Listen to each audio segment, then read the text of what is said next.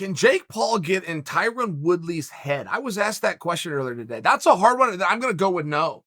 However, I think that there's a lot of fun here. Jake Paul had a great line just yesterday. 2 days ago, training footage comes out, some still pictures of Woodley in the ring in Vegas training with Floyd Mayweather. So Jake Paul comes on the back end of that and says, I don't care in the least if Woodley trains with Mayweather. He's old. I mean, he just dismissed it, but it's gone now. The story is now gone, and they look like fools, and Jake Paul won. I would love to know who Jake Paul consults, by the way. I would love to know who his team is or his writers here. If he's doing even 80% of this on his own, the guy, as much as I appreciate Jake Paul, I will think he's even better. I really will, because this stuff is hard to come up with, particularly doing a burn and a diss and a dismiss in 10 words. That's very hard to do.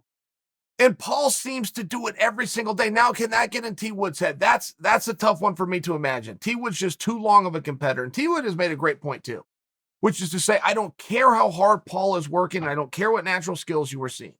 You cannot, in this short of a period of time, make up for 30 years of athletic work. I see it the same way. I see it the same way as what T. Wood's saying. But there's something there on Paul, and we really don't know how good this guy is. In all fairness, we don't have a lot. He had some great feints and showed some real power and some precision and timing in the Nate Robinson fight. Whether you want to admit that or not, he did. But he did not have a tremendous resistance back, so it's hard to know just how good he is. All right, great. Let's bring him in there with Askren, a real competitor who's done this many times. But what kind of a judgment and opinion can you get on a guy on 40 seconds of work?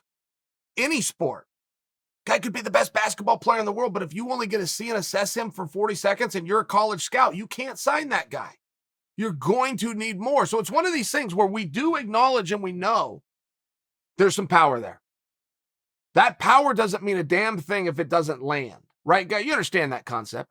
If I throw a perfect and powerful shot at you right now, it doesn't do anything to you because it doesn't land. We understand that concept, but it's also very hard to hit a target the way you want to, feinting.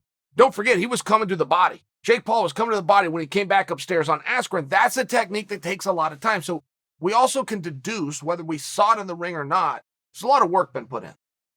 There was also a lot that had to go into the emotional side of it, which you may or may not give him credit for, but you should.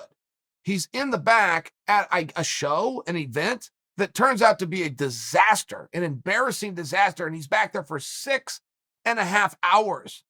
At some point on a monitor, having to watch guys slap one another.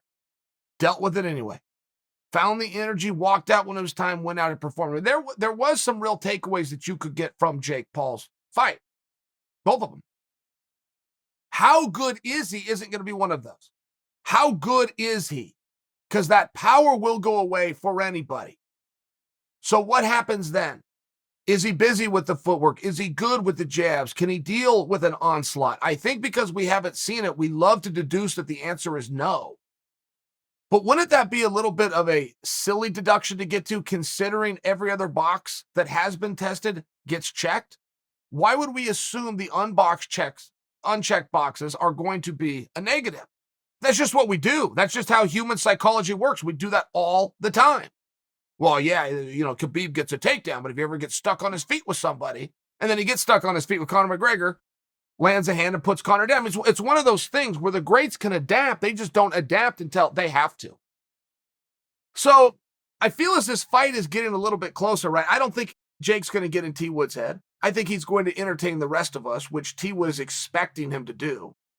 I think this is going to be a real contest of skill. T. Wood is awfully spry and he's awfully fast. That power doesn't count unless it lands. And then what happens? This would be my own question. What happens later in the fight? That power is going to go away. Does Jake have a plan B? And while we love to assume that he doesn't, I'm going to guess that he does.